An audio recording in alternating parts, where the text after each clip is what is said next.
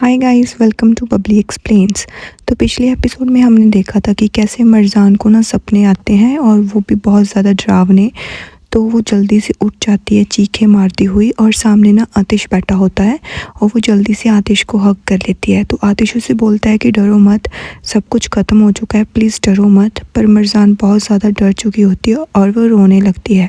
तो आतिश ना उसको प्यार से पकड़ता है और बोलता है कि मैं तुम्हारे साथ हूँ, अब तुम्हें डरने की कोई भी ज़रूरत नहीं है, ठीक है। देखो हम कमरे में हैं और अब तुम्हें डरने की ज़रूरत नहीं है क्योंकि मैं तुम्हारे सामने बैठा हूँ और मैं तुम्हें कुछ नहीं होने दूँगा, प्लीज़ डरो मत। वो बोलती है कि मुझे सपना आया था और मैं बहुत ज़्यादा डर गई थी। तो आतिश कहता है हाँ मैं समझता हूँ, कुछ नहीं होता, पर अब चुप हो जाओ, तुम्हें कुछ नहीं होगा, मैं सामने हूँ ना, अब डरना नहीं है। तो फिर ना मरजान आतिश को बोलती है कि प्लीज़ मुझे कभी भी छोड़कर मत जाना, प्लीज़ हमेशा मेरे साथ ही रहना। तो आतिश उसको बोलता है कि तुम इस बात की बिल्कुल भी टेंशन मत लो, मैं हमेशा तुम्हारे साथ हूँ और मैं तुम्हें कभी भी अकेला नहीं छोड़ूंगा और हमेशा मैं तुम्हारे साइड ही रहूँगा। अगर तुम्हारे सर के बाल को भी किसी ने छूने की ट्राई की ना तो मैं उस आदमी को ज़िंदा जला दूँगा। तुम इस बात की बिल्कुल भी टेंशन मत लो कि अब मैं तुमसे दूर जाऊँगा। ओके, तुम मेरे पे भरोसा करती हो ना, प्लीज़ ट्रस्ट मी, मैं तुम्हें कभी भी अकेला नहीं छोड़ूंगा। यार ये कितना रोमांटिक हो रहा है। फिर उसके बाद ना मरजान फिर से रोने लग जाती है। फिर मरजान उसको बोलती है कि हाँ आई ट्रस्ट यू, मैं सिर्फ तुम पे ट्रस्ट करती हूँ, मुझे और किसी पर भी ट्रस्ट नहीं है, सिर्फ तुम पे ही ट्रस्ट है। और फिर वो फिर से रोने लग जाती है और ये एक दूसरे को ना ऐसे आंखों में आंखें डालकर देखते रहते हैं। गाइस इनका रोमांस शुरू हो गया। फिर उसके बाद ना फिर वो बोलती है कि आई एम सो सॉरी आतिश, मुझे बहुत बुरा लग रहा है और मुझे मेरे इन सपनों की वजह से ना तुम बहुत ज़्यादा तंग हो रहे हो। तो फिर वो काफ़ी ऐसे अपसेट हो जाती है। तो आतिश ना उसको फिर से रोकता है और बोलता है कि चुप हो जाओ, बोलना नहीं है कुछ भी। मैंने तुम्हें क्या कहा था, हमने इस बारे में बात की थी ना कि अगर तुम्हें कोई भी नाइटमेयर आता है और इस चीज़ के बारे में तुम मुझसे कोई भी माफ़ी नहीं मांगोगी। तो फिर वो कह देती है हाँ मुझे याद है, पर फिर भी थैंक यू। फिर वो बोलता है कि थैंक यू भी नहीं बोलना है, ये क्या बात हुई, सॉरी थैंक यू ये क्या है, तुम्हें कुछ नहीं बोलना है, ठीक है ना, बस तुम अपना ध्यान रखो और इन चीज़ों के बारे में सोचना ना बिल्कुल बंद कर दो। तुम मेरी कभी नहीं सुनती हो, कभी सुन लिया करो ना मेरी भी। और फिर ना वो स्माइल करने लग जाता है। फाइनली आतिश स्माइल कर रहा है। फिर बोलती है कि मुझे लगता नहीं है कि मैं तुम्हारे इस मैटर के बारे में कभी सोचूंगी और तुम्हारी कभी सुनूंगी, मैं कभी नहीं सुनूंगी तुम्हारी। फिर बोलता है कि हाँ हाँ, अब दूसरे मैटर्स के बारे में तो जैसे रोज़ ही सुनती हो तुम मेरी। और वो फिर से स्माइल करने लग जाता है और ना मरजान भी स्माइल करने लग जाती है और फिर ना वो शर्मा जाती है। फिर वो बोलती है कि हाँ मैं कभी भी तुम्हारी बात नहीं सुनूंगी, मैं क्यों सुन तुम्हारी बात। फिर ना मरजान आतिश को कहती है कि आज अगर मैं ज़िंदा हूँ ना और अगर आज मैं सांस ले रही हूँ तो ये सिर्फ तुम्हारी वजह से है।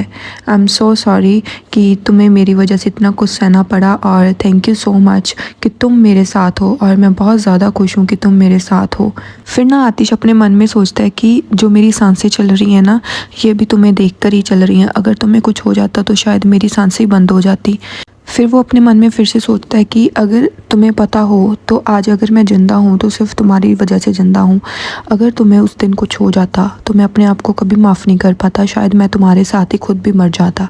फिर वो बोलता है कि मुझे भी बहुत ज़्यादा खुशी है कि तुम मेरी लाइफ में हो। और ये सुनते ही ना मरजान हंसने लग जाती है। फिर बोलता है कि और मैं इस बात पर भी बहुत खुश हूँ कि तुम मेरे पास हो और हमेशा मेरे पास ही रहना, कभी मेरे से दूर मत जाना। और वो ना मरजान के फेस पर टच करने लग जाता है और माय गॉड इन दोनों में रोमांस। तो फिर वो बोलता है कि अब से रोना नहीं है, ठीक है। फिर ना वो नीचे उतरने लगती है। वो बोलता है कि क्या कर रही हो, कहाँ जा रही हो, क्या चाहिए और कहाँ पर जाना है मुझे बताओ जल्दी से, क्या चाहिए मैं ला कर देता हूँ। तो मरजान ना फिर बाथरूम की तरफ देखने लग जाती है और आतिश भी उधर की तरफ देखता है कि इसको क्या चाहिए। फिर उसको आइडिया हो जाता है कि इसको बाथरूम में जाना है। तो वो बोलता है कि oh so you need to go bathroom. वो बोलती है कि हाँ। तो फिर वो उसको खड़ा करता है आराम से और बोलता है कि आराम से चलो आराम से। तो उसका हाथ पकड़कर उसको बाहर तक लेके आता है। वो बोलती है कि कोई बात नहीं, आगे मैं चली जाऊँगी। फिर उसके बाद ना जब मरजान बाथरूम से बाहर आती है तो वो देखती है कि आतिश ना बाहर टी शर्ट में ही खड़ा है। तो वो बोलती है कि तुम्हें ठंड लग जाएगी, ये पहन लो। तो आतिश ना उसकी तरफ देखने लग जाता है। फिर वो अपने हाथों से आतिश को वो कोट पहनाने लग जाती है। तो आतिश भी ना अंदर ही अंदर स्माइल करता है। तो फिर उसके वो ज़िप भी बंद कर देती है। फिर वो बोलती है कि ठंड है बहुत ज़्यादा, तुम्हें ठंड नहीं लगती क्या?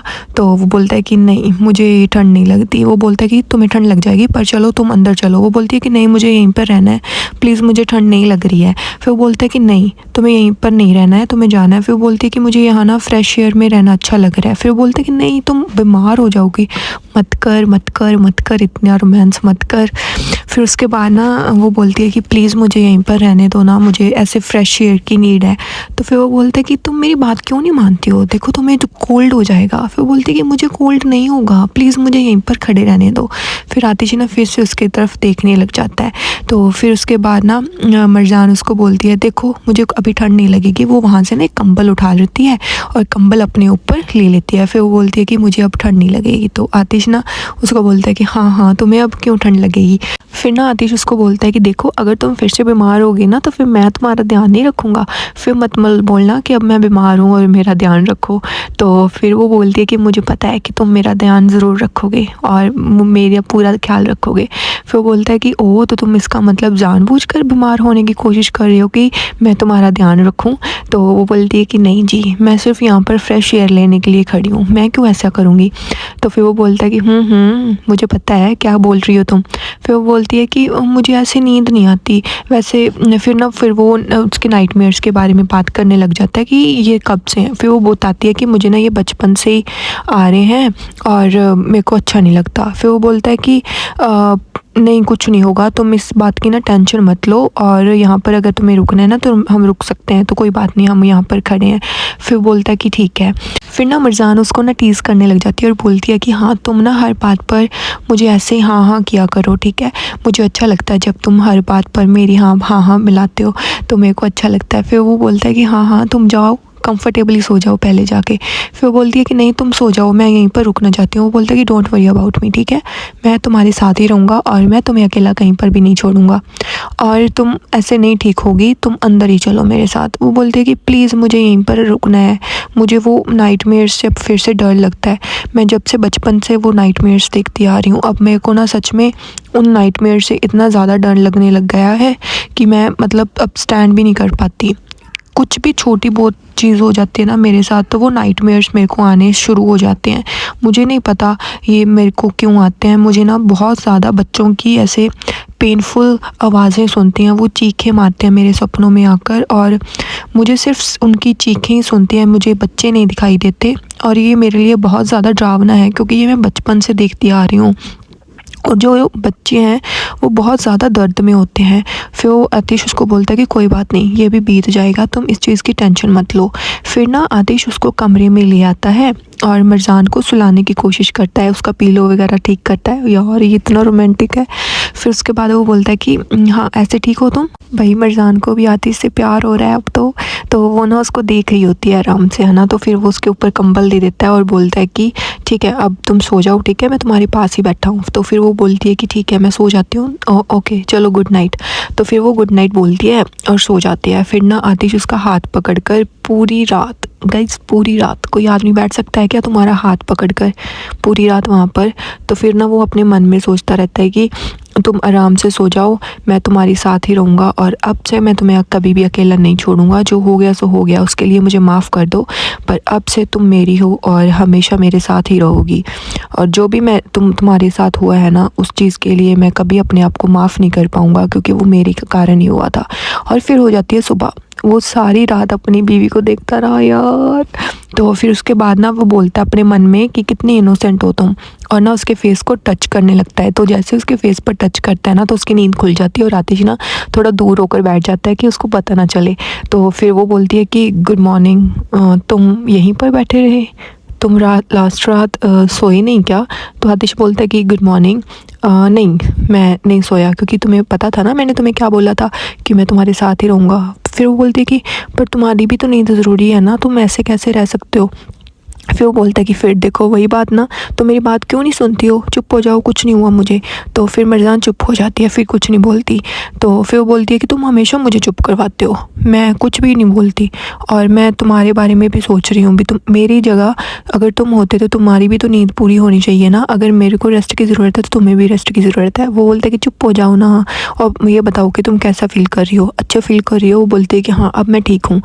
तो फिर वो बोलता है कि ठीक है, अगर तुम चाहो तो हम ना गार्डन में जा सकते हैं और वहीं पर ब्रेकफास्ट कर लेंगे, तुम्हें गार्डन में जाना है क्या? तो फिर वो बोलती है कि नहीं तुम चले जाओ अगर तुम्हें जाना है तो, पर मेरा मन नहीं है गार्डन में जाने का, और मुझे यहीं रूम में ही अच्छा लग रहा है, और मैं यहीं पर रूम में ही रहना चाहती हूँ, अगर तुम्हें जाना है तो तुम चले जाओ प्लीज़।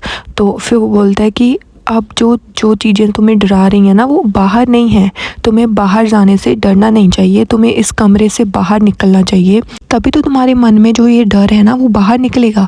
और जब तक मैं तुम्हारे साथ हूँ तुम्हें किसी भी चीज़ से डरने की बिल्कुल भी ज़रूरत नहीं है, समझ आई? और तुम्हें नहीं पता क्या, मैं अपनी जान को जोखिम में डालकर तुम्हें बचाऊँगा। और इतनी बात सुनकर ना मरजान ऐसे शॉक हो जाती है।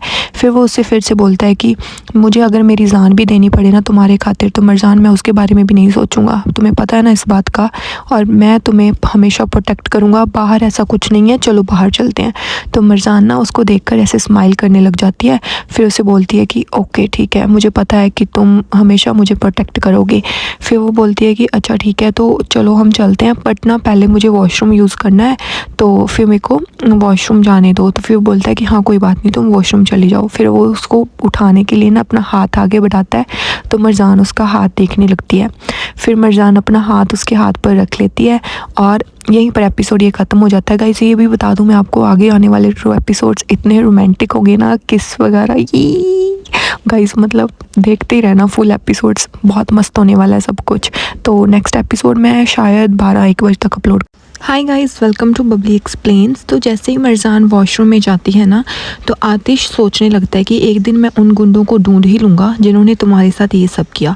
फिर हमें दिखाया जाता है असली ना वो गुंडों से बात कर रही होती है, और उसे कहती है कि तुमसे एक सिंपल टास्क तक नहीं हुआ। तो वो बोलता है कि मैं इसके लिए रिस्पॉन्सिबल नहीं हूँ, इवन दो वो लड़की एक बुलेट के साथ भी मर सकती थी, पर ये तुम्हारा ही आइडिया था कि उस लड़की को डुबा कर ही मारना है ताकि वो अपनी डेथ को सफ़र कर सके। फिर वो बोलती कि मुझे क्या पता था कि तुमसे ये काम भी नहीं होगा, तुम लोगों ने मेरा सारा प्लान चौपट कर दिया। फिर वो आदमी उसको धमकी देता है कि चुप रहो और मेरी बात सुनो, आतिश करान ना मेरे पीछे पड़ गया है और मुझे उससे पीछा छुड़वाने के लिए यहाँ से भागना होगा, और उसके लिए मुझे $1 मिलियन चाहिए, ठीक है ना, और मुझे अभी यहाँ से भागना है, इससे पहले आतिश मुझे ढूंढ ले। तो वो बोलती है क्या $1 मिलियन? तुम पागल हो गए हो, इतनी सारी मनी मैं कहाँ से लेकर आऊँगी? तुम्हें क्या लगता है पेड़ों पे उगती है इतने सारे पैसे? मेरे पास इतने पैसे नहीं हैं। तो वो बोलता है कि ये तुम्हारी प्रॉब्लम है, मैंने तुम्हें पहले ही बता दिया था कि इस चीज़ के लिए तुम्हें हमें बहुत ज़्यादा प्राइस देना होगा, और तुमने बोला था कि तुम हमें पे कर दोगी। तो वो बोलता है कि अगर मैं पकड़ा गया तो मैं तुम्हारा नाम साथ के साथ ले दूँगा, अगर मैं डूबूँगा तो तुम भी मेरे साथ ही डूबोगी। और ये सुनकर ना असली की हवाइयाँ उड़ जाती है, और पीछे से उसकी माँ ना ये सब सुन रही होती है। फिर वो उससे बोलती है कि लिसन टू मी, मेरी बात सुनो पहले। वो गुंडा बोलता है कि मैं फ़ोन रख रहा हूँ और मैं ना तुम्हें मैसेज कर दूंगा एड्रेस जहाँ पर ना तुम्हें पैसे लेकर आने हैं, और टाइम भी, एड्रेस सारा कुछ मैं तुम्हें मैसेज कर दूंगा। तो ये बात सुनकर वो पागल हो जाती है, और उसकी माँ ना पीछे से खड़ी हुई सुन रही होती है, और वो खुद ब खुद बात कर रही होती है कि इतनी बड़ी रकम मैं कहाँ से लेकर आऊँगी, इसका दिमाग ख़राब हो गया है क्या? तभी वो पीछे मुड़कर देखती है तो उसकी माँ खड़ी होती है, और वह ना नॉर्मल होने की कोशिश करती है। तो उसकी माँ बोलती है कि कर लिया जो तुमने करना था, अब खुश हो? अब जो भी कहूँगी मैं वो सुनो मेरी बात। अब अगर आतिश को इस बात में पता चल गया कि तुम इस चीज़ में इन्वॉल्व हो तो तुम्हारा क्या होगा? वो तुम्हें मार डालेगा। तुम पागल हो चुकी थी, मैंने तुम्हें बहुत ज़्यादा समझाने की कोशिश की पर तुम समझ ही नहीं रही थी, और अब देखो खुद फंस गई हो अपने जाल में, और उन दोनों को तुमने बहुत ज़्यादा पास में ला दिया है। तुमने क्या सोचा, जो भी तुम सोचती हो तुम कर लोगी? वो बोलती है कि मैंने सही सोचा था, मैं उस लड़की से पीछा छुड़वा कर ही रहूँगी, मुझे उस लड़की से पीछा छुड़वाना है चाहे कुछ भी हो। अगर आतिश ने मुझे पकड़ भी लिया तो मैं हाइदर का नाम ले दूंगी, मैं कहूँगी कि ये हाइदर का प्लान था और हाइदर अब मेरे पे मर रहा है हम दोनों को दूर करने के लिए। और ये आइडिया सुनकर ना उसकी माँ के दिमाग में ना कोई आइडिया आता है। फिर वो असली बोलती है कि अब मैंने सब कुछ सोच लिया है, अब मुझे ना आतिश की इस जिद को तोड़ना ही होगा, मेरी वजह से अब वो और भी पास आ गए हैं। वो बोलती है कि हाँ, उस छोटी सी स्नेक ने हमारा सारा प्लान ख़राब करके रख दिया है, अब हमें ना आतिश को उससे हमेशा के लिए दूर करना ही होगा किसी ना किसी से, तो अब हमें कुछ ना कुछ उससे करवाना ही होगा। तो असली बोलती है कि ये चीज़ों को तो मेरे को भी पता है ना, ये बताओ कि हमें करना क्या है। वो बोलती है कि अब मेरे तरीक़ों से हम उस मरजान से पीछा छुड़वाएंगे, तुम देखती जाओ मैं करती क्या हूँ। और ये सुनते ही ना असली ऐसे पूरी खुश हो जाती है कि व्हाट। वो बोलती है कि पहले ना इस आदमी से पीछा छुड़वाएं कि बाद में ये हमारे लिए कोई प्रॉब्लम ना क्रिएट कर दे जब हम मरजान के लिए कुछ भी प्लान करें। तो वो बोलती है कि मैं इतने पैसे कहाँ से लेके आऊँगी। तो उसकी माँ बोलती है कि मैं हूँ ना, मैं अरेंज करती हूँ। तो यहाँ पर हम देख रहे हैं कि हाइदर और नरमीन ना दोनों बात कर रहे होते हैं। हाइदर और नरमीन से कहता है कि मुझे लगता है ये आतिश का ही प्लान था, उसने ही किडनैप करवाया था। फिर वो बोलती है कि नहीं, आतिश ऐसा लड़का नहीं है, मुझे नहीं लगता आतिश मरजान के साथ कुछ ऐसा करेगा, वो मरजान के साथ ऐसा नहीं कर सकता। फिर बोलता है कि तुम्हें कैसे पता कि वो ऐसा नहीं कर सकता, तुम ज़्यादा साइड नहीं ले रही उसकी। वो बोलती है कि नहीं, आतिश से मिलने के बाद मुझे थोड़ा तो पता लगा है कि आतिश ऐसा नहीं करेगा। वाह नरमीन, तूने तो दिल जीत लिया। फिर वो बोलती है कि वो इस तरीके का आदमी नहीं है। फिर वो बोलता है कि चलो देखते हैं क्या होता है, मुझे नहीं पता, पर हमें ना इस आतिश से तो पीछा छुड़वाना ही होगा, तभी हम चैन भरी ज़िंदगी जी सकते हैं। अब मुझे ना किसी को कॉल करनी होगी, उसको बोलूँगा कि इस आतिश का कुछ करे ताकि हमारी ज़िंदगी से ही हमेशा के लिए निकल जाए। तो वो बोलती है कि तुम क्या करोगे। वो बोलता है कि मेरे पास ना एक बहुत बड़ा आदमी है जिसके पास बहुत ज़्यादा पैसा है और वो मेरा काफ़ी अच्छा क्लोज़ फ्रेंड है, उससे बात करता हूँ। और वो ना उसका फ़ोन मिलाता है पर वो उसका फ़ोन नहीं उठाता। फिर वो बोलती है कि क्या हुआ। वो बोलता है कि अभी फ़ोन नहीं उठाया। वो बोलती है कि अगर हाइदर उसने किसी को बता दिया। वो बोलता है कि नहीं, वो किसी को नहीं बताएगा, उसका नाम है ज़िया और वो हमेशा मेरा साथ देता है और इस बार भी साथ देगा। अब इस बार तो मैं आतिश से अपना पीछा छुड़वा कर ही रहूँगा, चाहे आतिश को मुझे मारना ही क्यों ना पड़े। अब आतिश मेरी रडार पर है, आतिश और उसकी पूरी फैमिली को अब मैं मार कर ही रहूँगा। वो बोलती है कि हाँ, तुम सारी फैमिली को अपने पास रख सकते हो, बस जो असली की माँ है ना मुंजियन, उसको मुझे दे दो, उसको तो मैं संभाल लूँगी। उसका तो नाक मैं इतनी ज़ोर से नीचे रगड़ूंगी कि ना वो अपनी ज़िंदगी भर याद रखेगी कि उसने नरमीन से पंगा लिया था। अब मैं देखती हूँ कि वो कैसे जीती है। अब देखते हैं कि क्या होता है आतिश और आतिश की फैमिली के साथ। तो फिर सीन शिफ्ट हो जाता है। मरजान ना बाहर आती है वॉशरूम से, तो आतिश ना उसका कोट लेकर खड़ा होता है और उसको ना कोट पहनाने में हेल्प करता है। तो वो बोलती है कि तुम भी कुछ पहन लो ना, बाहर जब बहुत ज़्यादा ठंड है और तुम्हें भी ठंड लग जाएगी। तो आतिश बोलता है कि नहीं नहीं, मैं ऐसे ही ठीक हूँ, मुझे पहनने की कुछ भी ज़रूरत नहीं है, तुम वीक हो, तुम्हें पहनने की ज़रूरत है। वो बोलती है कि ऐसे कैसे। फिर वो अपना कोट पहनती है और अलमीरा से ना एक और कोट निकाल कर लेकर आती है। तो ना ये सब देख कर ना आतिश की ना स्माइल रुक ही नहीं रही होती और वो ये सोच रहा होता है कि ये मेरी फ़िक्र कैसे करने लग गई इतनी। और फिर ना मरजान आती है आतिश के पास और बोलती है कि मुझे तो तुम बोल रहे हो कि अच्छे से प्रॉपर ड्रेस पहन लो और अब खुद तुम कुछ पहन नहीं रहे, ये लो ये पहन लो। फिर वो उसकी भी हेल्प करती है और वो दोनों वहाँ से चले जाते हैं। फिर ना गाइस सीन शिफ्ट होता है हाइदर और नरमीन पर। वो ना ब्रेकफास्ट कर रहे होते हैं, तो वो हाइदर नरमीन से पूछता है कि मरजान का खाना चला गया क्या उसके रूम में। तो नरमीन उसे बताती है कि नहीं, वो अपने हस्बैंड के साथ बाहर ही ब्रेकफास्ट करेगी, आज वो पार्क में बैठे हैं। तो ये सुनकर ना असली और उसकी माँ शॉक हो जाते हैं। वो बोलती है काम वाली से, उसकी माँ, कि आतिश और कमाल कहाँ पे है। तो वो बोलती है कि कमाल भैया तो सुबह ही चले गए थे और आतिश भैया मरजान दीदी को लेकर बाहर गए हैं और उनके साथ ही ब्रेकफास्ट करेंगे, आज ब्रेकफास्ट के लिए यहाँ पर नहीं आएंगे, वो गार्डन में है मरजान के साथ। तो ये सुनते ही ना असली की माँ का तो पारा हाई हो जाता है और वो बोलती है कि उसके लिए, आतिश के लिए रिचुअल था ब्रेकफास्ट पर टेबल पर बैठकर सबके साथ खाना खाना। तुम्हारी बेटी के कारण मेरे बेटे का सारा करैक्टर ख़राब हो रहा है। अब मुझे नरमीन अच्छी लग रही है। तो नरमीन बोलती है कि तुम क्या एक्सपेक्ट करती हो। हाँ, वो दोनों हस्बैंड वाइफ है, वो उसकी वाइफ है, तो वो उसके साथ डिनर भी नहीं कर सकता, ब्रेकफास्ट भी नहीं कर सकता, लंच भी नहीं कर सकता। क्या वो दोनों टाइम स्पेंड नहीं कर सकते पास में। और वो दोनों एक साथ टाइम स्पेंड करना चाहते थे, अब एक अकेले में खाना चाहते थे। तो तुम लोग क्यों ऐसे मच सड़ रहे हो। तो वो बोलती है कि अब ज़्यादा टाइम ना वेट मत करो, वो दोनों अकेले ही खाना खाएंगे। और ये सुनते ही ना असली का तो भाई मुंह बन जाता है। असली ही नागिन तू तो ले ले स्वाद। फिर वो बोलती है कि हैदर मेरी ना भूख मर गई है और चलो यहाँ से चलते हैं। तो वो बोलता है कि हाँ मेरा भी भूख नहीं है, चलो हम मरजान और आतिश को देखते हैं। तो वो वहाँ से खड़े होकर चले जाते हैं।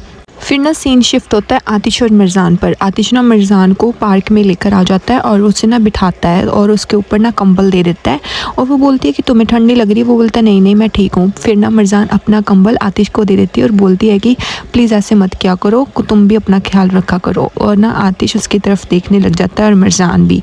तो काफ़ी यहाँ पर रोमांटिक सीन इनका चल रहा होता है। फिर आतिश ना मरजान को कहता है कि मैंने देखा है कि तुम काफ़ी पढ़ती हो। वो बोलती है कि हाँ मुझे ना बुक्स रीड करनी बहुत अच्छी लगती है, पर अब कुछ टाइम पहले ना मेरे को मन नहीं कर रहा था, तो अब मैं अकेली बैठी रहती हूँ तो मुझे अच्छा लगता है। तो तुम नहीं पढ़ते क्या? वो बोलता है कि हाँ मैं पढ़ता हूँ पर कुछ टाइम से मैं फोकस नहीं कर पा रहा।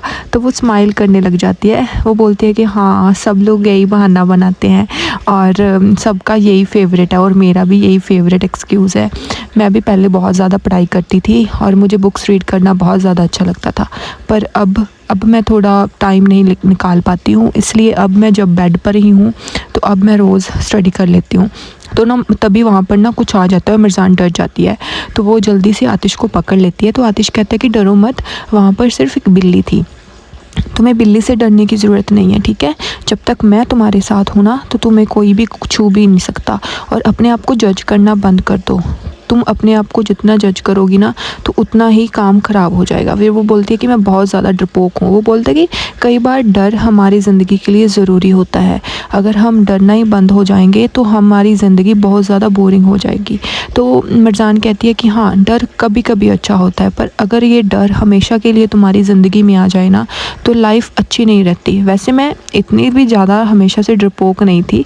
वो बोलता है कि हाँ मुझे पता है तुम इतनी ज़्यादा डरपोक नहीं थी।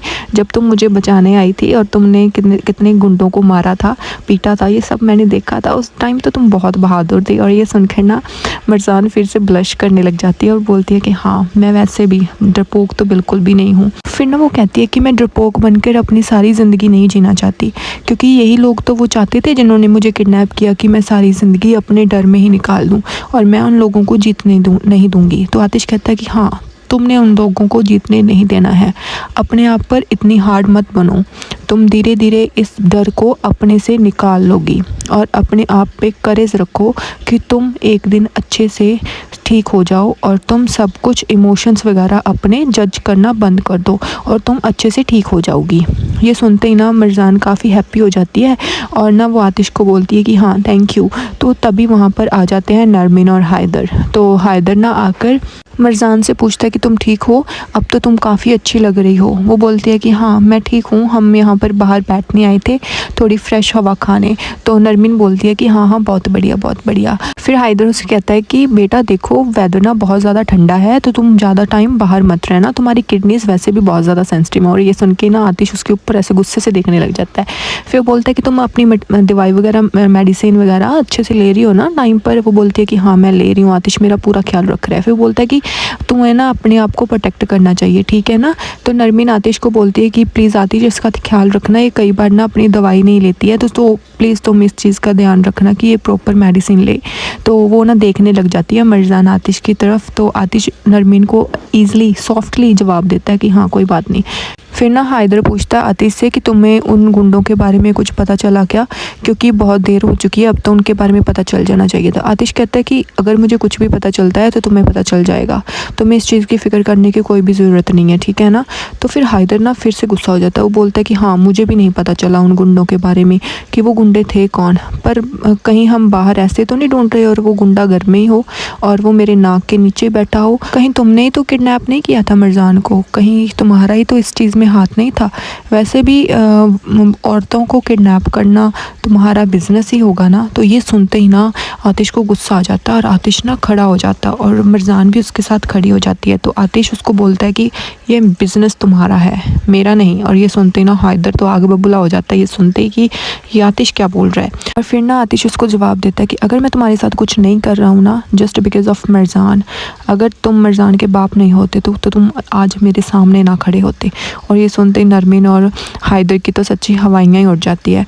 तो मिर्ज़ान ना उसकी तरफ आतिश की तरफ देखने लग जाती है। फिर ना वो अपने पापा को बोलती है कि पापा उस पर ब्लेम करने की ज़रूरत नहीं है, अगर ये नहीं होता ना तो आज मैं यहाँ पर ना होती, मैं मर चुकी होती अब कब की, और आप प्लीज़ यहाँ से चले जाइए। और फिर ना नरमीन और हैदर एक दूसरे की तरफ देखने लगते हैं और वहाँ से चले जाते हैं। तो फिर ना वो आतिश की तरफ देखने लगती है मिर्ज़ान और ना उसे बोलती है कि आई एम सॉरी, मेरे पापा कुछ भी बोलते रहते हैं, प्लीज़ इस चीज़ का माइंड मत करना। फिर ना आतिश कहता है कि चलो हम थोड़ा टहल लेते हैं और वो टहलने जाते हैं। तो यहीं पर ये एपिसोड ख़त्म हो जाता है। गाइस एक हिंट दूँ क्या आप लोगों को, दे दूँ क्या? तो आगे आने वाले एपिसोड्स में ना बहुत सारी किसेस वगैरह आएंगी। यार ये कितने रोमांटिक हो रहे हैं ब्रो। चलो नेक्स्ट एपिसोड के लिए वेट करो। Bye bye. Hi guys, welcome to Bubbly Explains and also most welcome to the most romantic episodes of Arafta। तो मिर्ज़ान और आतिश ना बैठे खाना खा रहे होते हैं और मिर्ज़ान ना आतिश को अपने हाथों से खाना खिला रही होती है। तो आतिश प्यार से ना मिर्ज़ान की तरफ देखने लगता है। तो मिर्ज़ान उसको बोलती है कि क्या देख रहे हो, खाओ ना। तो फिर वो स्पून उसके बिल्कुल पास ले जाती है। तो मिर्ज़ान का हाथ पकड़ता है आतिश और वो खाना खाने लग जाता है। और फिर वो बोलता है कि आज तुम्हें क्या हो गया। वो बोलती है कि मतलब वो बोलता है कि कुछ नहीं, बस मुझे ये बहुत अच्छा लगा, ये बहुत टेस्टी है। फिर ना वो उसको एक ब्रेड जैम बना कर देता है और बोलता है कि ये खा कर देखो। और वो जैसे ही खाते हैं ना उसको वो भी बहुत टेस्टी लगता है। वो बोलती है कि थैंक यू सो मच। वो बोलता है कि तुम मुझे थैंक यू क्यों बोलती रहती हो हमेशा, थैंक यू मत बोला करो। फिर वो बोलती है कि अगर मैं तुम्हें थैंक यू नहीं बोलूँगी तो फिर क्या बोलूँ, चलो अभी खाना खा लो जल्दी से, हमें खाना खाना चाहिए। फिर ना वो बोलती है कि तुम्हारा खाना ज़्यादा टेस्टी है। फिर ना गाइस वो अपने ब्रेड में से ना आधा ब्रेड तोड़कर आतिश को खिला देती है। और अब एंट्री हो जाती है हमारी नागी नस्ली की, जो ना ये सब देख कर ना बिल्कुल ऐसे जन भूल जाती है और उसका मुंह का रंग उड़ जाता है। गाइस वो ना ऐसे खड़ी होकर ना वहाँ पर देख रही होती है उन दोनों को ऐसे रोमांस करते हुए।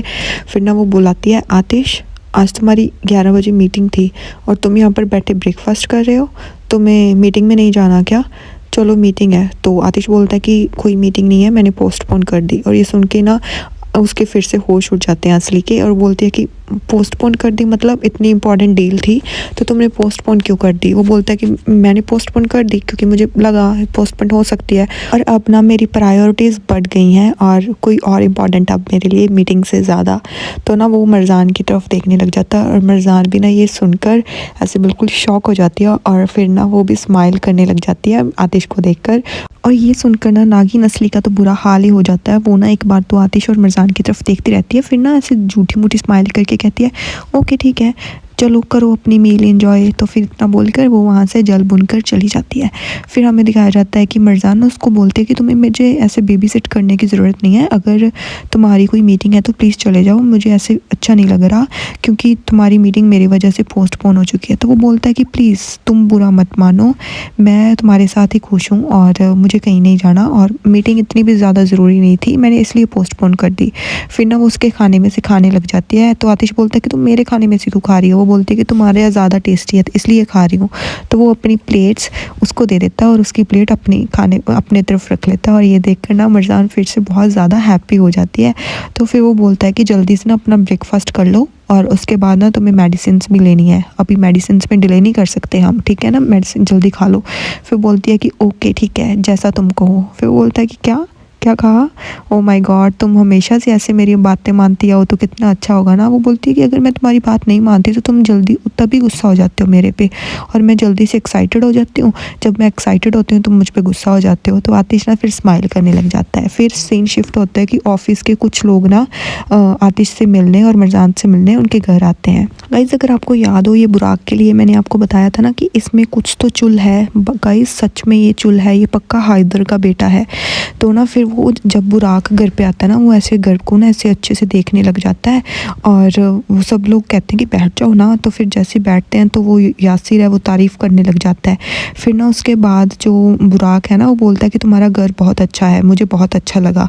तो जो नरमीन है वो बोलती है कि नहीं नहीं, पहले इतना अच्छा नहीं था, जब हमने बाय किया था ये मैं ही हूँ जिसने इतना अच्छा घर बनाया है। फिर ना बुराक कहता है कि आप लोग कंपनी में क्यों नहीं आते, और कुछ बिना कुछ कहे हायदर और नरमीन वहाँ से चले जाते हैं और वहीं पर आ जाते हैं आतिश और मरजान। तो मरजान ना सबसे मिलती है और सब ना मरजान को कहते हैं कि हमें ना तुम्हें ऐसे अच्छा देखकर बहुत अच्छा लग रहा है। तो वो भी बोलती है कि मुझे भी आप सबको देखकर ना बहुत ज़्यादा अच्छा लग रहा है। बुराक और यासिर और वो जो मैनेजर है ना वो सब लोग बहुत खुश होते हैं, इवन तो बुराक भी बहुत खुश होता है।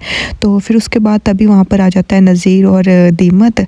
तो दीमत उसको बोलती है मरजान को कि मुझे ना तुम्हें देखकर बहुत खुशी हुई, और आतिश का तो ऐसे मुंह बन जाता है नज़ीर को देखकर, ऐसे फुल गुस्से में होता है। और आतिश कहता है कि ये हमेशा गलत टाइम पर टपक पड़ता है। तो फिर वहीं पर वो नज़ीर पूछता है कैसे हो तुम मरजान।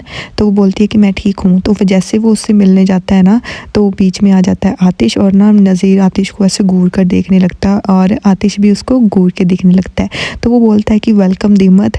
तो उसके साथ वो हैंडशेक करने लग जाता है और दीमत उसको बोलती है कि थैंक यू सो मच। तो ये देख कर ना नज़ीर को बहुत ज़्यादा गुस्सा आ जाता है, क्योंकि ना नज़ीर को रोक लिया था आतिश ने मरजान से मिलने से। तो फिर मरजान भी ना ऐसे देखने लग जाती है आतिश की तरफ। तो फिर उसके बाद ये बुराक दिखाया जाता है फुल गुस्से में नज़ीर की तरफ देखते हुए, पक्का कोई तो चुल्ला भाई। तो फिर वो दोनों बोलते हैं कि चलो बैठ जाओ। फिर वो बोलता है कि दीमत तुम भी यहाँ पर आई हो। बोलती है कि हाँ। फिर बोलता है कि मुझे ना सबको देखकर बहुत खुशी हो रही है यहाँ पर, और नज़ीर का फिर से मुंह बन जाता है कि वो उसको पता चल गया कि दीमत पर ट्राई मार रहा है वो। तो फिर इसके बाद ना नज़ीर उसको बोलता है मरजान को कि हम ना बहुत ज़्यादा डर गए थे उस दिन, भगवान ने तुम्हें बचा लिया और तुम्हें हमारे लिए ही बचाया है। देखा भगवान में कितनी शक्ति होती है कि तुम्हें बच गई, और हम बहुत ज़्यादा खुश हैं तुम्हें ऐसे देखकर। और आतिश को फिर से जेलसी हो जाती है और वो ना जल्दी से मरजान का हाथ पकड़ लेता है और मरजान की तरफ देखने लगता है। फिर ना वो नज़ीर की बात को इग्नोर कर देता है और अपने मैनेजर को बोलता है कि ना वो डॉक्यूमेंट्स से ना जिस पर मैंने साइन करना था वो लेकर जाना मेरे से, और मेरे रूम में पड़े हैं, मुझे याद दिला देना, मैं आपको दे दूँगा। फिर वो बुराक से पूछता है कि और तुम्हारा बिज़नेस कैसे चल रहा है। वो बोलता है कि अच्छा चल रहा है आतिश भाई, थैंक यू सो मच, आपने मेरी इतनी हेल्प की। वो बोलता है कि कोई बात नहीं, पर ना अब तुम दूसरे डिपार्टमेंट्स पर भी ध्यान दिया करो ताकि तुम्हें ना बिज़नेस अच्छे से आ जाए, ठीक है ना। और तुम्हें कुछ भी बात छोड़नी नहीं है, अगर तुम्हें कुछ भी प्रॉब्लम होती है मुझसे या फिर मैनेजर से पूछ लिया करो। वो बोलता है कि कोई बात नहीं, थैंक यू सो मच। फिर ना मरजान बोलती है कि मैं ना सिसक को बोलने जा रही हूँ कि तुम लोगों के लिए कुछ खाने को लेकर आई। तो जैसे वो जाने लगती है ना तो आतिश उसे रोक लेता है। वो बोलता है कि सिसक खुद यहाँ पर आ जाएगी और कुछ ना कुछ खाने को ले आएगी, तुम यहाँ पर ही रहो और तुम कहीं पर नहीं जाओगी, तुम रेस्ट करो। और तभी ना मरजान उसकी तरफ देखने लग जाती है आतिश की तरफ, और ये देख कर ना नज़ीर की फिर से फट जाती है और वो फिर से ऐसे ना घूरने लग जाता है। तो जैसे वो सब बैठने लगते हैं ना तो दीमत बुराक के पास बैठने लगती है। तो ना नज़ीर उसका हाथ पकड़ कर बोलता है कि दूसरी साइड बैठो, और वो दूसरी साइड चली जाती है। फिर सब लोग हंसी मजाक करने लग जाते हैं। तो जो यासिर है ना वो उनकी तरफ देखता रहता है और बोलता है कि आप इतनी जल्दी पता है क्यों अच्छी होगी, क्योंकि ना आपका ना आतिश भाई ने बहुत अच्छे से ख्याल रखा, और आतिश आपकी इतनी ज़्यादा केयर करते हैं, अगर आपकी इतनी अच्छे से केयर करते हैं तो इसलिए आप इतनी जल्दी से ठीक हो गए। तो ना नज़ीर उसकी तरफ देखने लग जाता है। तो यासिर फिर से बात बदल देता है, नहीं मतलब भी आप दवाइयाँ वगैरह भी तो ले रहे हो ना, आप इसलिए अच्छे से हो गए। तो नज़ीर फिर भी उनकी तरफ देखता रहता है, पर फिर मरजान साई लेती है आतिश की कि नहीं नहीं तुम सही कह रहे हो, इसने ही मेरी जान बचाई है, अगर ये सही टाइम पर वहाँ पर नहीं आता तो शायद अब मेरी जान बचती ही ना। और ये सुनकर ना आतिश भी उसकी तरफ देखने लग जाता है, और ना जो इन दोनों के बीच में जो दूरियां थी वो कम हो रही हैं, और इस बात का नज़ीर को पता चल जाता है। और नज़ीर फुल जैसे ना सोच रहा होता है कि अब कुछ ना कुछ तो करना होगा इससे पहले ये दोनों और करीब आ जाएं। फिर सब मिलकर ना हंसी मजाक करते रहते हैं, और आतिश और मरजान दोनों बहुत ज़्यादा स्माइल कर रहे होते हैं। और फिर ना जो ये तीनों होते हैं ये बोलते हैं कि चलो अब हमें जाना चाहिए, हम बहुत वेट कर लिया और आपको भी अभी रेस्ट की ज़रूरत है, तो आप रेस्ट कर लो। तो नज़ीर ना मरजान को बोलता है कि तुम कंपनी वापस कब आ रही हो, तुमने कब का आने का सोचा है, तो तुम्हें ना आ जाना चाहिए क्योंकि घर पर भी तुम बोर हो रही होगी और तुम्हारा माइंड चेंज हो जाएगा। तो आतिश ना सामने आ जाता है और बोलता है कि इतनी कोई भी जल्दी नहीं है, ठीक है ना। तो फिर तभी मरजान भी वहाँ पर आ जाती है और बोलती है कि हाँ अभी मैं रेडी नहीं हूँ, अभी मुझे थोड़ी रेस्ट की नीड है, तो अभी मैं नहीं ऑफिस वापस आ रही। तो दीमत उसको बोलती है कि कोई बात नहीं, और काम के बारे में तो बिल्कुल भी मत सोचना। तो नज़ीर फिर भी कहता है कि तुम्हारा यहाँ पर घर में बैठना भी अच्छा नहीं है, तुमने तो खुद को घर में ही बंद कर लिया है, अगर तुम कंपनी में वापस आओगी तो तुम्हारा माइंड भी तो डिस्ट्रैक्ट होगा ना। तो मरजान ना ये सुनकर आतिश की तरफ देखने लग जाती है और आतिश मरजान की तरफ देखने लग जाता है, और आतिश कहता है कि जब उसको ठीक लगेगा वो आ जाएगी, और तभी वहाँ पर असली आकर बैठ जाती है। फिर ना नज़ीर आतिश से पूछता है कि तुम्हें उन लोगों के बारे में पता चला जिन्होंने मरजान को किडनैप किया था, और ये सुनते ही ना असली का तो ऐसे पूरे कान खड़े हो जाते हैं। वो बोलता है कि नहीं, हम अभी इन्वेस्टिगेशन कर रहे हैं और तुम्हें इस बारे में डरने की कोई ज़रूरत नहीं है। वो बोलता है कि हाँ, मुझे भी कुछ भी नहीं पता चला और मैं भी ढूंढ ही रहा हूँ, और अभी तक मुझे भी कोई सबूत नहीं मिला है उनके खिलाफ़, तो जैसे ही कोई सबूत मिलेगा तो मैं उन लोगों को छोड़ूंगा नहीं। फिर ना आतिश कहता है कि ये टाइम और प्लेस दोनों सही नहीं है ऐसी बातें करने के लिए, सो प्लीज़ ये बातें तो मत ही करो। असली फिर से उसकी तरफ देखने लग जाती है।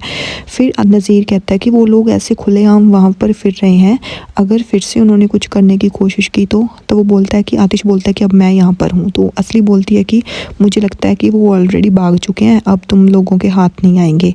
और ये सुनते ही ना वो सब लोग उसकी तरफ देखने लग जाते हैं। तो दीमत बोलती है कि अब हमें लगता है सब्जेक्ट चेंज कर लेना चाहिए, तुम्हें पता नहीं चल रहा कि मरजान की तबीयत ख़राब है। फिर जैसे ही मरजान ना वहाँ से जाने लगती है तो आतिश उसका हाथ पकड़ लेता है और बोलता है कि क्या हुआ, तुम ठीक हो, तुम्हें कुछ चाहिए? तो मरजान बोलती है कि नहीं, मुझे रेस्ट करना है। और ये देखकर ना असली फिर से ऐसे पापड़ बन जाती है फूल के। तो फिर उसके बाद वो बोलता है कि कोई बात नहीं, चलो हम रेस्ट करते हैं और तुम्हारे रूम में चलते हैं। तो फिर नज़ीर कहता है कि तुम ठीक नहीं लग रही हो। तो आतिश उसे बोलता है कि मुझे पता है उसको क्या चाहिए, तुम्हें फ़िक्र करने की ज़रूरत नहीं है, अब इसको रेस्ट करनी है, तो हम लोग यहाँ से जा रहे हैं। तो नज़ीर ना उसको गुस्से से देखने लग जाता है। तो फिर आतिश उसको बोलता है कि चलो तुम थोड़ा रेस्ट कर लो, फिर ठीक हो जाओगी। तो मरजान भी उसकी तरफ देखने लग जाती है। फिर उसके बाद ना आतिश मरजान को उसके रूम में ले जाता है ताकि वो रेस्ट कर सके। तो गाइज़ अगला एपिसोड मैं कल अपलोड करूँगी, कोशिश करूँगी कि अर्ली मॉर्निंग ही अपलोड कर दूँ। And I also want to know कि आप लोगों को क्या लगता है कि मतलब मैं सही वॉइस ओवर कर रही हूँ या कोई गड़बड़ कर रही हूँ, आप कैसा वॉइस ओवर चाहते हो, कैसे स्टोरी सुनना चाहते हो, please let me know in the comment sections. Bye bye, thank you. Hi guys, welcome to Babli explains. तो पिछले एपिसोड में हमने देखा कि कैसे मरजान फिर से घबरा जाती है गुंडों की बात सुनकर। तो आतिश उसको ना रूम में लेकर जाता है और ये देखकर ना असली की जान निकल जाती है कि ये कैसे हो सकता है कि वो दोनों करीब आ गए। और नज़ीर अभी असली की तरफ देख रहा है क्योंकि नज़ीर को पूरा शक है कि ये असली का ही काम था मरजान को किडनैप करवाना। तो फिर हम देखते हैं कि आतिश ना मरजान को रूम में लेकर आता है और उसे बोलता है कि चलो आप दवाई ले लो और लेट जाओ। तो मरजान ना लेट जाती है और आतिश उसको ना दवाई देने लगता है। तो मरजान ना कॉन्टीन्यूसली आतिश की तरफ देखती रहती है और जो आतिश है वो पानी वगैरह उसको देता है। तो फिर ना मरजान आतिश को बोलती है कि मुझे ना समझ ही नहीं आ रहा कि मेरे अंदर से ये डर है जो ये निकल क्यों नहीं रहा, ये मैं निकाल ही नहीं पा रही हूँ। तो आतिश ना वहाँ पर उसको देखते ही रहता है और वो बोलती है कि मेरे अंदर जो पूल वाला पार्ट है ना वो अभी भी बैठा ही हुआ है, मैं जितना भी चाहूँ वो मैं बोल ही नहीं पा रही हूँ।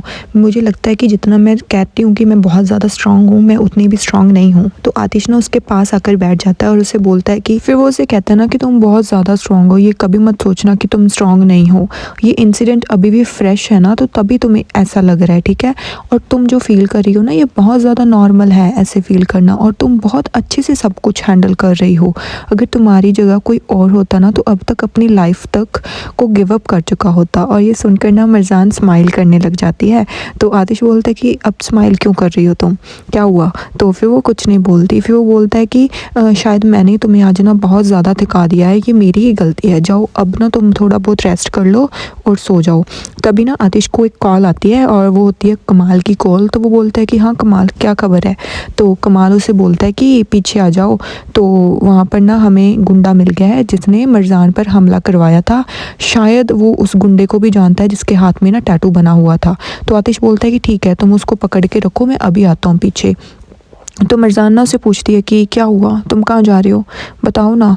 तो आतिश कहता है कुछ नहीं, बस थोड़ा काम था। तो वो बोलती है कि तुम मुझसे झूठ बोल रहे हो ना। वो बोलता है कि नहीं नहीं, थोड़ा सा काम है, मैं अभी वापस आ जाऊँगा। फिर वो बोलती है कि तुमने और कमाल ने क्या बात की, ये भी मुझे बताओ। तो ये सुनकर ना आतिश फिर से स्माइल करने लग जाता है, ये आजकल ज़्यादा नहीं स्माइल कर रहा कुछ।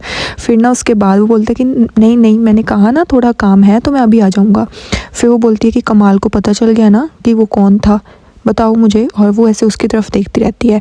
तो फिर ना आतिश उसके पास आता है, बोलता है कि नहीं, तुम ऐसी चीज़ें बिल्कुल भी नहीं सोचोगी, कुछ नहीं पता चला है, कुछ नहीं काम है, तुम बस लेट जाओ और मैं जब तक मैं हूँ तुम्हें इन चीज़ों के बारे में सोचने का कोई मतलब नहीं है, ठीक है, अपना ध्यान रखना, मैं अभी आ जाऊँगा। तो मर्जाना फिर उसकी तरफ देखने लग जाती है। गाइस, आपको ये नहीं लग रहा कि आतिश आजकल ज़्यादा ही कुछ स्वीटू सा बन रहा है? तो फिर ना उसको मर्जान बोलती है कि please take care of yourself, ठीक है, अपना प्लीज़ ध्यान रखना। तो वो बोलता है कि टेंशन मत लो, मैं ठीक हूँ और मैं ठीक ही रहूँगा। फिर वो बोलती है कि मैं ना तुम्हारे हाथ चेक करूँगी जब तुम वापस आओगे, ताकि मुझे पता चल सके कि तुमने किसी के साथ लड़ाई नहीं की है, ठीक है, और तुम्हें किसी के साथ भी लड़ना नहीं है।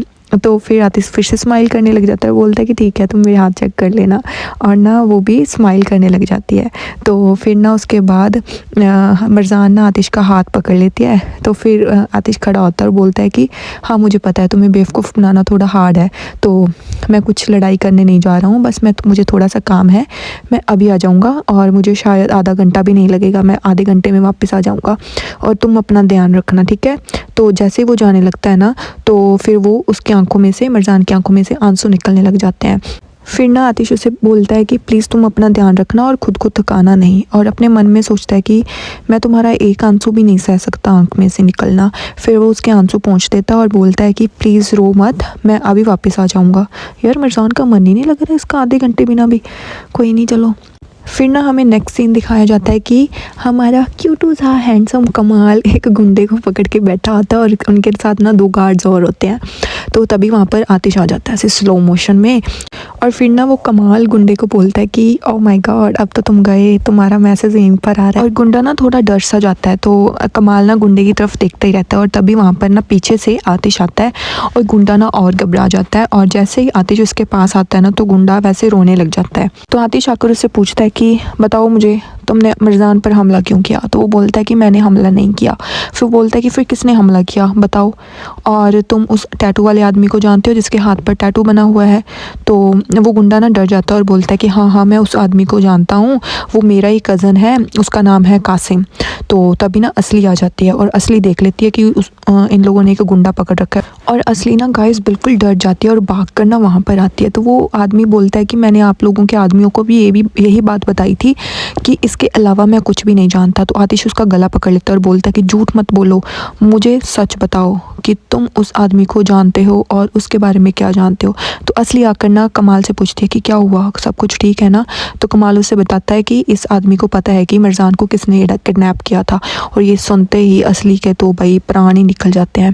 फिर ना आतिश उसको फिर गुंडे को बोलता है कि मुझे पता है तुम कुछ जानते हो। तो गुंडा बोलता है कि मुझे नहीं पता, प्लीज़ मुझे माफ़ कर दो, मैं किसी को नहीं जानता। हाँ, मुझे इतना पता है कि वो डर्टी बिजनेस वगैरह चलाता है, और उसने मुझे एक दिन बताया था कि उसके पास बहुत सारा पैसा आने वाला है, इसके अलावा मुझे कुछ नहीं पता। तो कमाल उसे कहता है कि देख भाई, झूठ मत बोल, और मुझे पता है कि तू झूठ बोल रहा है, और तुम्हारा फेस टोटली ये बता रहा है कि तू झूठ बोल रहा है। और वो आदमी ना फिर उसकी तरफ देखने लग जाता है। तो हमारा स्वीटू सा कमाल उसे कहता है कि मेरी तरफ देख और मुझे ना सच बता दे, वरना ना मैं इतनी ज़ोर से मुंह तोड़ूंगा ना तेरा। तो तभी ना आतिश मारने उसे लगता है, तभी उसे मर्जान की वो बात याद आ जाती है कि कैसे उसने बोला था कि अगर तुम्हारे हाथ पे चोट लगी हुई ना, तो मुझे पता चल जाएगा कि तुम किसी के साथ लड़ाई करके आए हो।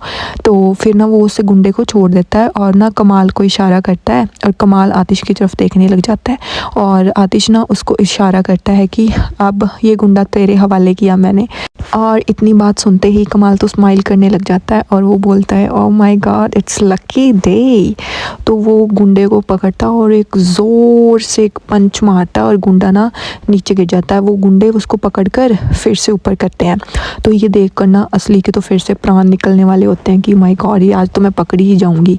तो उस गुंडे के ना नाक में से और मुंह में से खून निकलने लग जाता है। कमाल ना फिर उस गुंडे को बोलता है कि मेरी तरफ देखो, मैं ना तुम्हें एक सीक्रेट बताता हूँ, ये तुम जो हैंडसम बंदा अपने सामने देख रहे हो ना, ये सिर्फ हैंडसम ही नहीं है, ये काम भी बहुत हैंडसम करता है। ये लोगों को उसी तरीके से ट्रीट करता है जिस तरीके के लोग वो हैं। अगर तुम अच्छे हो तो तुम्हें ये अच्छे से ट्रीट करेगा, अगर तुम बुरे हो तो ये तुम्हें बुरे से ट्रीट करेगा। तो इससे अच्छा है कि अभी तुम मुझे सच बता दो, वरना मेरे बाद ये तुमसे डील करेगा, और अगर इसने तुम्हारे साथ डील किया तो फिर तुम्हारे पास कोई ऑप्शन नहीं है मौत के अलावा, और फिर फिनाले तुम खुद देख लेना, ठीक है। मुझे तुम्हें बताना था। तो वो गुंडा ना फिर से डर जाता है, वो बोलता है कि सर प्लीज़ मैं तुम्हारी मिन्नतें करता हूँ, मैंने कुछ नहीं किया। और तभी असली ना आतिश और कमाल को बोलती है कि ये नाटक बंद करो, अगर वो कह रहा है कि उसको कुछ नहीं पता तो उसको जाने दो ना। ये सुनते ही ना कमाल भी असली की तरफ देखने लग जाता है और फिर ना वो आतिश की तरफ देखने लग जाता है। और आतिश को ना ये सुनते ही बहुत ज़्यादा गुस्सा आता है और वो गुस्सा कंट्रोल कर लेता है और गुस्से में असली की तरफ देखता है। फिर वो फिर से गुंडा उसको कहता है कि प्लीज़ मुझे भैया मुझे जाने दो, मैंने कुछ नहीं किया। तो फिर आतिश बोलता है कि ये ऐसे नहीं बताएगा कमाल, मुझे लगता है अब हमें नहीं किसी और को इससे बात करनी चाहिए।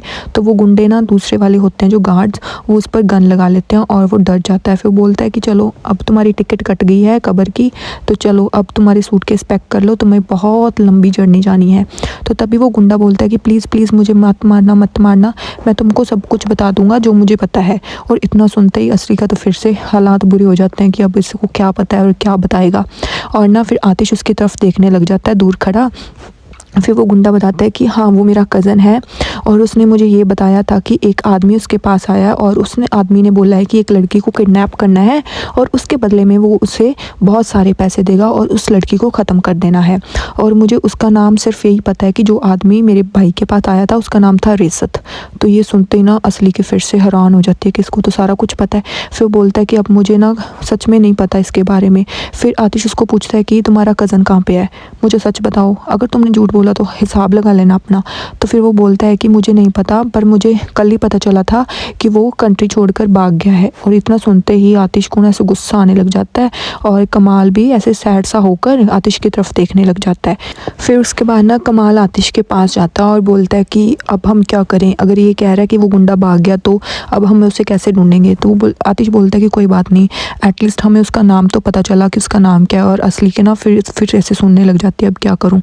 फिर ना वो कमाल उसे बताता है कि इसके खिलाफ़ ना बहुत सारे क्रिमिनल रिकॉर्ड्स भी हैं और अगर हमने ऐसे छोड़ दिया तो फिर कहीं हमारे पर ही बारी ना पड़ जाए, कुछ ऐसे किसी को लोगों को बता ना दे कि हमें इसके बारे में पता है। तो आतिश उसे बोलता है कि इसको पुलिस के हवाले कर दो और पुलिस को ना सब कुछ बता दो जो तुम्हें पता है इसके बारे में। तो वो बोलता है कि ठीक है मैं ये संभाल लूँगा, तुम जाओ यहाँ से। तो इतना सुनते ही कमाल ना उस गुंडे को पकड़ता है और गुंडे को वहाँ से ले जाता है। और फिर वो बोलता है कि चलो आ जाओ, अब मैं तुम्हें ट्रिप दिखाता हूँ छोटी सी। और कमाल उसको वहाँ से ले जाता है और असली ना आतिश की तरफ देखती रहती है और बहुत ज़्यादा डर जाती है। और इधर ना मरजान बुक पढ़ रही होती है और उसके रूम में आ जाती है असली की माँ। और अब जो हंगामा होने वाला है गाइस, नेक्स्ट एपिसोड ज़रूर देखना। एंड नेक्स्ट एपिसोड भी आ जाएगा 11 बजे तक। सो प्लीज़ तब तक के लिए मेरी वीडियो को लाइक कर देना, चैनल को सब्सक्राइब कर लेना और कमेंट करना बिल्कुल भी मत भूलना। और प्लीज़ लेट मी नो कि आपको एपिसोड्स कैसे लग रहे हैं in the comment section. Bye bye. Hi guys, welcome to Babli explains. तो पिछले एपिसोड में हमने देखा कि कैसे मरजान ना बुक पढ़ रही होती है और वहीं पर आ जाती है असली की माँ। तो असली की माँ ना मरजान को आकर कहती है कि ना ये ना अपना जो नाटक कर रही हो ना तुम, ये बंद कर दो और ना ये तुम आतिश को फूल बना सकती हो, मुझे नहीं। और मुझे ना ये भी पता है कि ये तुम क्यों कर रही हो, क्योंकि तुम आतिश को अपनी उंगलियों पर नचाना चाहती हो, पर मैं ऐसा कभी नहीं होने दूंगी। और मरजान बहुत ज़्यादा अपसेट हो जाती है। फिर बोलती है कि मैं यहाँ पर ना तुम्हें वार्न करने आई हूँ कि आतिश तुम में बिल्कुल भी इंटरेस्टेड नहीं है। फिर असली की माँ ना उसे और बहुत ज़्यादा टॉन्ट मारती है और मरजान ना बहुत ज़्यादा अपसेट हो जाती है और वो कॉन्टीन्यूसली उनकी तरफ ही देखती रहती है। फिर असली की माँ उसे बोलती है कि ये सपने तो मत सजाओ कि आतिश कभी तुम्हारी तरफ देखेगा भी, वो तुम्हें कभी भी पसंद नहीं करेगा, वो तुम्हें लाइक करता ही नहीं है। बस उसकी वजह से तुम फंस गई थी, तुम किडनैप हो गई थी, वो सिर्फ तुम पर दया कर रहा है, इसके अलावा कुछ भी नहीं। तो मरजान कहती है प्लीज़ यहाँ से जाइए, मुझे अपनी बुक रीड करनी है। वो बोलती है कि ऐसा कुछ नहीं है और ये जो तुम कर रही हो ना ये बहुत हो गया ड्रामा तुम्हारा, उठो और काम करो कोई। तो वो उसको ना बेड से उठाती है और नीचे पटक देती है। तो मरजान ना बहुत ज़्यादा ज़ोर से नीचे गिर जाती है और मरजान की आंखों में से पानी निकलने लग जाता है। फिर असली की माँ उससे बोलती है ना यही तुम्हारी सही जगह है, मेरे कदमों में। और फिर मरजान उठती है और बोलती है कि प्लीज़ मेरे कमरे से बाहर चली जाइए। फिर असली की माँ को फिर से गुस्सा आ जाता है। वो बोलती है तुम्हारी जुबान कुछ ज़्यादा ही नहीं चल रही। फिर वो कहती है वैसे चले भी क्यों ना, तुमने तो ये सोच लिया ना कि आतिश तुम में इंटरेस्टेड है और आतिश तुमसे प्यार करने लगा है, पर मैं तुम्हारा वहम दूर कर दूं, वो सिर्फ तुम पर दया कर रहा है, इसके अलावा उसके दिल में तुम्हारे लिए कुछ भी नहीं है, ना आज होगा ना कल होगा। और मेरे बेटे के दिल से खेलना बंद करो। अब अभी तक मैं मरी नहीं हूँ कि जो तुम मेरे बेटे से खेल रही हो। और अपना ना प्लेस याद रखना कि तुम कहाँ से हो, मेरा बेटा कहाँ से है। तुम मेरे बेटे की दुल्हन कभी नहीं बन सकती और एक दिन तुम्हारा डाइवोर्स हो ही जाएगा। और तभी वहाँ पर आतिश आ जाता है और आतिश जैसे गेट ओपन करता है ना, तो उसकी माँ उसको छोड़कर, मरजान को छोड़कर पीछे हटकर खड़ी हो जाती है। तो आतिश जल्दी से अपनी माँ के पास आता है और बोलता है कि यहाँ पर क्या हो रहा है, क्या हो रहा है यहाँ पे, बताओ मुझे। तो वो कुछ नहीं बोलती। फिर वो बोलती है कुछ नहीं हो रहा यहाँ पर, मैं तो ये देख रही थी कि मरजान कैसा कर रही है, इसका डिप्रेशन कुछ ज़्यादा ही लंबा नहीं चल रहा, मैं तो बस इसको समझाने आई थी कि ये डिप्रेशन वाला गेम बंद कर दे। तो ना वो मरजान उसकी तरफ फिर से देखने लग जाती है और उसकी आंखों में से आंसू निकलने लग जाते हैं। फिर वो बोलती है कि मैं इससे बड़ी हूँ ना, तो उसको समझाने का तो हक मेरा ही है ना कि अपने आप को संभालो और बाहर आकर कोई काम करो। और इतना कहकर ना वो वहाँ से बाहर चली जाती है। आतिश और मरजान वहीं पर खड़े रह जाते हैं। तो मरजान से आतिश पूछता है कि इन्होंने तुम्हारे साथ कुछ किया क्या। तो मरजान उसकी तरफ देखती है और बोलती है कि नहीं, इन्होंने मेरे साथ कुछ भी नहीं किया। फिर मरजान ना कॉन्टीन्यूसली आतिश की तरफ देखती रहती है और उसकी ना आंखों में से पानी निकलता रहता है। फिर वो फिर से बोलती है कि नहीं, उन्होंने मेरे साथ कुछ भी नहीं किया। और उसका रोना ना कंट्रोल ही नहीं हो रहा होता और उसकी आंखों में से ना पानी निकलने लग जाता है। तो आतिश बोलता है कि तुम्हारा चेहरा तो कुछ और बता रहा है, बताओ मुझे क्या किया उन्होंने। तो मरजान कहती है कि उन्होंने मेरे साथ कुछ नहीं किया और मेरे साथ वैसा क्यों करेंगी भी क्यों, है ना। तो फिर वो बोलती है कि वैसे प्लीज़ मेरी तरफ ऐसे मत देखो, मुझे अच्छा नहीं लग रहा जब तुम मेरी तरफ ऐसे देख रहे हो। वो बोलता है कि कैसे देख रहा हूँ मैं तुम्हारी तरफ। वो बोलती है कि दया से, प्लीज़, और आज के बाद ना मैं अपना ध्यान खुद रखूँगी और तुम्हें मेरा ध्यान रखने की ज़रूरत नहीं है। फिर आतिश को ना शक हो जाता है कि इसको पक्का उसने कुछ कहा है। फिर बोलती कि मैं तुम पर बर्डन नहीं बनना चाहती और प्लीज़ अब मुझे एक्सक्यूज़ मी, अब मुझे रेस्ट करनी है। और ये बोल कर ना वो आतिश की तरफ देखने लग जाती है और चुपचाप अपने बेड की तरफ चली जाती है। और आतिश ना खड़ा वहाँ पर देखता रहता है और उसको पता चल जाता है कि ये सारा काम असली की माँ का ही है, उसने ही मरजान को हर्ट किया है। मरजान बेड पर लेट कर ना रोने लग जाती है और आतिश उसकी तरफ देखता रहता है और आतिश को भी ना उसके हालात देखकर बहुत ज़्यादा तरस आ रहा होता है, भाई मार दे, सिर फोड़ दे उसका। तो ना फिर इसके बाद आतिश को गुस्सा आ जाता है और आतिश जाता है सीधा असली की माँ के पास। और ना मरजान बेचारी बहुत ज़्यादा ही रो रही होती है। तो ना असली की माँ जैसे रूम में आती है ना, तो पीछे ही आतिश आ जाता है और आतिश आकर ना गेट ओपन करता है और बोलता है कि आप क्या कर रही हैं, आपकी प्रॉब्लम क्या है और आपने मरजान के साथ किया क्या है। तो उसकी माँ बोलते है कि मैंने क्या किया है। तो वो बोलता है कि सच सच बताओ मुझे, आपने किया क्या है मरजान के साथ। तो फिर वो बोलती है कि मैंने क्या किया, मैंने सिर्फ उसको उसकी औकात दिखाई है कि वो कहाँ से बिलोंग करती है और वो अपनी औकात भूल गई थी, मैंने सिर्फ उसको ये याद दिलाया है। तो ना फिर आतिश को गुस्सा आ जाता है। वो बोलता है कि माँ, आप मरजान के साथ पंगे मत लीजिए, आपको भी पता है कि वो हार्ड टाइम से बीत रही है, उसके ऊपर क्या क्या चल रहा है, वो अभी तो कितनी मुश्किलों से बाहर आई है। और इतना सुनते ही ना उसकी माँ का मुंह बन जाता है असली की का। फिर बोलते कि ओ आई एम सो सॉरी बेटा, पर मैं हैदर की बेटी की बिल्कुल भी फिक्र नहीं करूँगी जैसे तुम कर रहे हो। अगर वो मेरी दुश्मन है तो वो मेरी दुश्मन ही है, अगर वो मर भी जाए तो मुझे घंटा फ़र्क नहीं पड़ता और मुझे कोई फ़िक्र नहीं है उस चीज़ की। और इतना सुनते ही ना आतिश को फिर से गुस्सा आ जाता है कि अब इसने मरजान के बारे में ऐसे बोला तो बोला कैसे। फिर वो जैसे बोलने लगता है कि आपको हो क्या गया है, हाँ आप पहले तो ऐसी नहीं थी, अब आपको क्या हो गया है, बताओ मुझे, आपके अंदर की आवाज़ नहीं देती आपको, क्या बोल रही हैं आप उसके बारे में। तो तभी वो बोलती है कि मैंने ना अपने पति के साथ तो वो दफना दी थी, जो समझ थी ना मेरे अंदर वो मैंने अपने पति के साथ ही दफना दिया था।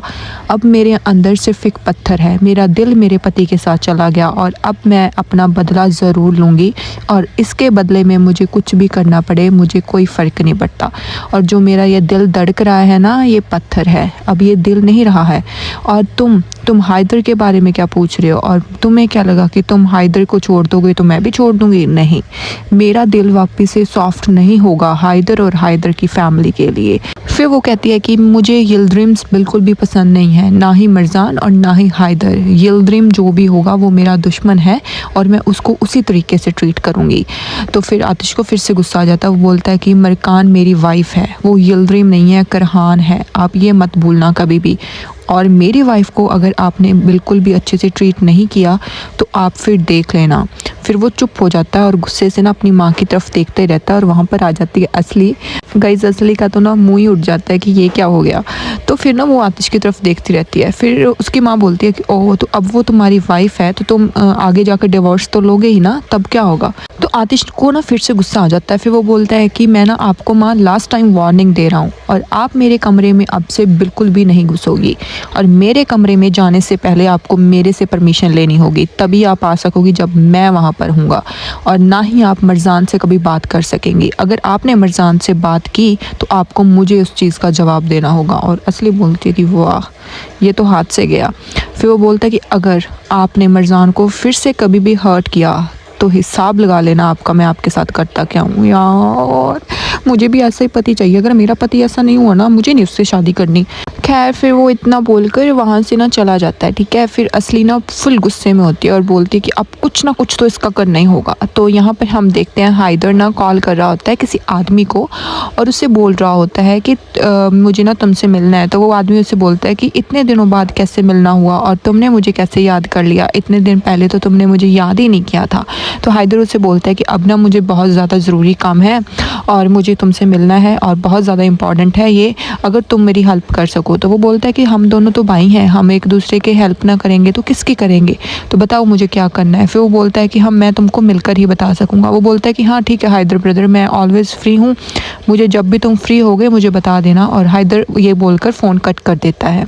फिर ना हम देखते हैं कि आतिश ना रूम में बैठा होता है और लैपटॉप पे ना कुछ काम कर रहा होता है और मरजान ना रो रही होती है बहुत ज़्यादा, पर वो फिर भी शो नहीं करती और ना फिर उसको ना बहुत ज़्यादा ठंड लगने लग जाती है। तो आतिश ना फिर मुड़ के देखता है कि क्या हुआ, पर मरजान ना उसको कुछ भी नहीं बताती और ना वो बहुत ज़ोर ज़ोर से कांपने लग जाती है। तो आतिश ना फिर से अपना काम करने लग जाता है, उसको पता नहीं चलता। फिर हमें दिखाया जाता है ना मरजान अभी भी उन्हीं बातों के बारे में सोच रही होती है कि कैसे असली की माँ उसको बोल के गई थी कि आतिश तुम में बिल्कुल भी इंटरेस्टेड नहीं है क्योंकि तुम्हारी जान उसकी वजह से खतरे में आई थी, तो इसलिए वो तुम्हारा ख्याल रख रहा है। और ये देखकर ना उसको फिर बहुत ज़्यादा ठंड लगने लग जाती है और आतिश उसको देखता है। तो आतिश ना जल्दी से उसके पास आता है कि क्या हुआ, तुम ठीक हो, तुम्हें कुछ चाहिए। तो वो बोलती है कि ना मुझे बहुत ज़्यादा ठंड लग रही है, मुझे नहीं पता मुझे क्या हो रहा है। तो फिर वो जल्दी से उसके ऊपर एक और कंबल देता है और अच्छे से ना उसको ढक देता है। तो वो उसके हाथ ऊपर करता है और अच्छे से एक और कंबल उसके ऊपर दे देता है और उसको बिठाता है। फिर उसको ना एक जैकेट भी पहना देता है और बोलता है कि अब तुम लेट जाओ और मैं ऊपर से एक और कंबल दे देता हूँ। यार मुझे भी ऐसे पति चाहिए, पर जितनी किस्मत मेरी ख़राब है, मुझे पति मिल जाए तो इतना ही बहुत है। चलो कोई बात नहीं। फिर वो बोलता है कि चलो ना हमें डॉक्टर के पास जाना चाहिए। तो मरजान बोलती है कि नहीं मुझे डॉक्टर के पास नहीं जाना है, मैं ठीक हूँ। वो बोलता है कि ज़िद मत करो, तुम्हें डॉक्टर की ज़रूरत है, तुम्हें डॉक्टर के पास जाना है। वो उसका हाथ पकड़ता है और बोलता है कि चलो। वो बोलती है कि नहीं मुझे नहीं जाना, मुझे यहीं पर रहना है और ये भी चला जाएगा, कोई बात नहीं, मैं ठीक हो जाऊँगी, मेरे ऊपर एक और कंबल दे दो। तो फिर ना वो उसके पास बैठ जाता है। वो बोलता है कि हाँ कोई बात नहीं, चलो तुम ठीक हो जाओगी, नहीं जाएंगे हम डॉक्टर के पास, तुम ठीक हो जाओगी। तो मरजान ना आतिश की तरफ देखने लगती है। फिर वो बोलती है कि प्लीज़ मेरा हाथ मत छोड़ना और प्लीज़ तुम कहीं मत जाना, ठीक है, मेरे पास यहीं पर बैठे रहो। और ना फिर वो फिर से रोने लग जाती है। तो आतिश समझ जाता है कि इसको ना असली की माँ ने कुछ ना कुछ कहा है और इसीलिए वो बहुत ज़्यादा डर रही है। फिर ना आतिश उसका हाथ ऐसे पकड़ लेता है और बोलता है कि मैं कहीं नहीं जा रहा हूँ मरजान, तुम इस चीज़ की फिक्र बिल्कुल भी मत करो कि मैं कहीं पर चला जाऊँगा, मैं यहीं हूँ, मैं तुम्हारे साथ ही रहूँगा, जब तक तुम ठीक नहीं हो जाती ना मैं तुम्हें छोड़कर कहीं भी नहीं जाऊँगा, ठीक है। और ये डिफ़िकल्ट टाइम भी ना बीत जाएगा, हम दोनों इसको मिलकर डिफ़िकल्ट टाइम को बिता लेंगे, तुम इस चीज़ की बिल्कुल भी टेंशन मत लो। और जब भी तुम पर कोई भी डिफ़िकल्टी आएगी मैं तुम्हारे साथ खड़ा होऊंगा और कोई तुम्हारे साथ खड़े ना खड़े मैं तुम्हारे साथ हमेशा रहूँगा। और इतना सुनते ही ना मरजान फिर से रोने लग जाती है। फिर वो बोलती है कि मुझे पता है कि मैं तुम पर ना एक बर्डन बन चुकी हूँ और इसीलिए तुम इतना बोलती है। तो तभी ना आतिश उसके लिप्स पर उंगली रख देता है और बोलता है कि कभी नहीं, कभी भी ऐसा मत सोचना कि तुम मेरे पर बर्डन हो, तुम मेरी स्ट्रेंथ हो, सुना तुमने, और आज के बाद ऐसा कुछ नहीं बोलना तुम्हें, ठीक है ना। तो मरजान चुप हो जाती है और कॉन्टीन्यूसली ना उसे देखती रहती है और उसकी आंखों में से ना आंसू निकलते रहते हैं। तो फिर आतिश खड़ा होता है, खड़ा होकर वो मरजान के पास आकर बैठ जाता है। और जैसे वो बैठता है ना तो गाइस क्या हो रहा है ये इन दोनों के बीच तो फिर वो बोलता है कि अब तुम अपनी आंखें बंद कर लो और मैं तुम्हारे साथ हूँ और टेंशन मत लेना।